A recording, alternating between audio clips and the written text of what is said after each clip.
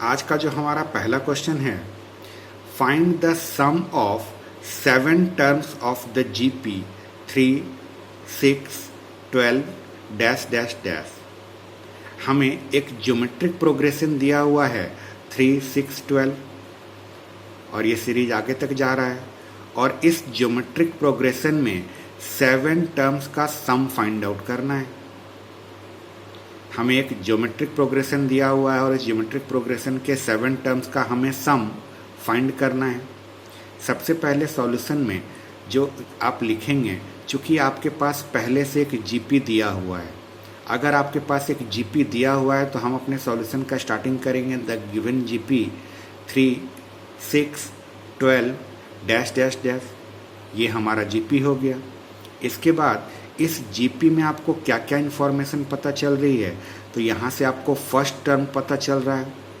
First term को हम ए से रिप्रेजेंट करेंगे तो ए हमारा 3 है। कॉमन रेशियो, चूँकि ज्योमेट्रिक प्रोग्रेशन है इसलिए यहाँ कॉमन रेशियो आता है। कॉमन रेशियो को हम आर से रिप्रेजेंट करते हैं और आर आपको फाइंड आउट करके दिखाना पड़ेगा। आर कैसे दिखाते हैं, कॉमन रेशियो कैसे निकाला जाता है, सेकंड टर्म में फर्स्ट टर्म को डिवाइड लगाया जाता है। ध्यान रखिए, ज्योमेट्रिक प्रोग्रेशन में जब भी आर यानी कॉमन रेशियो निकालना हो तो हम सेकंड टर्म में फर्स्ट टर्म का डिवाइड लगाते हैं। अगर हम अर्थमेटिक प्रोग्रेशन पढ़ रहे होते तो अर्थमेटिक प्रोग्रेशन में सेकंड टर्म में से फर्स्ट टर्म को माइनस करते हैं। ज्योमेट्रिक प्रोग्रेशन में सेकंड टर्म में फर्स्ट टर्म को डिवाइड किया जाएगा और अर्थमेटिक प्रोग्रेशन में सेकंड टर्म में से फर्स्ट टर्म को सब्ट्रैक्ट किया जाता है। चूँकि हमारा जीपी था इसलिए सेकंड टर्म में फर्स्ट टर्म से हमने डिवाइड किया। अगर ये कैंसिल हो रहा है तो ठीक है, नहीं कैंसिल होगा तो जो जैसा है वो वैसे ही आर की वैल्यू कहलाएगी। यहाँ पर ये कैंसिल होकर इसकी वैल्यू 2 आ गई। क्वेश्चन में हमें बोला है कि find the sum of 7 terms.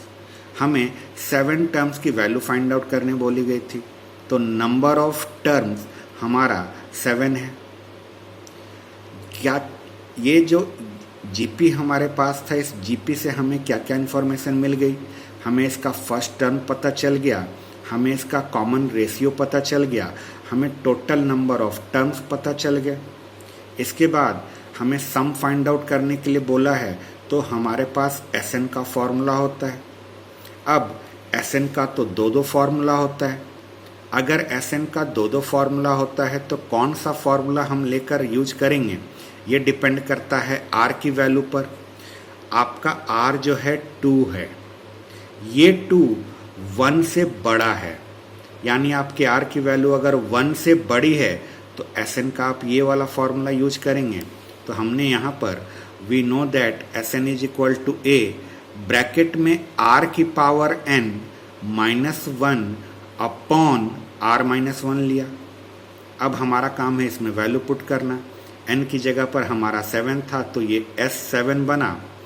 a की जगह पर हमारा 3 था, r की जगह पर हमारे पास 2 है, n की जगह पर हमारे पास 7 है, -1 वैसे ही है और अपॉन r -1 तो r की जगह पर 2 लिख लिया। ये 3 जो है वैसे का वैसे ही 2 की पावर 7 मतलब 2 × 2 × 2 × 2 × 2 ऐसा करके आपको 7 बार मल्टीप्लाई करना है 2 को। 2 × 2 × 2 करके जब 7 बार आप मल्टीप्लाई करेंगे तो वो अपने आप में आएगा 128। माइनस का 1 हमारा वैसे ही है और यहाँ 2 - 1 अपने आप में 1 हो गया। 128 में से 1 को माइनस करेंगे तो ये हमारा 127 आ जाएगा। अपॉन का अगर 1 है तो वो हट जाएगा। बच गया हमारा 3 × 127। 3 को 127 के साथ आप मल्टीप्लाई करेंगे तो आपका आ जाएगा 381। ये सम ऑफ 7 टर्म्स हमारा आ गया 381। यही है इस क्वेश्चन का फाइनल आंसर।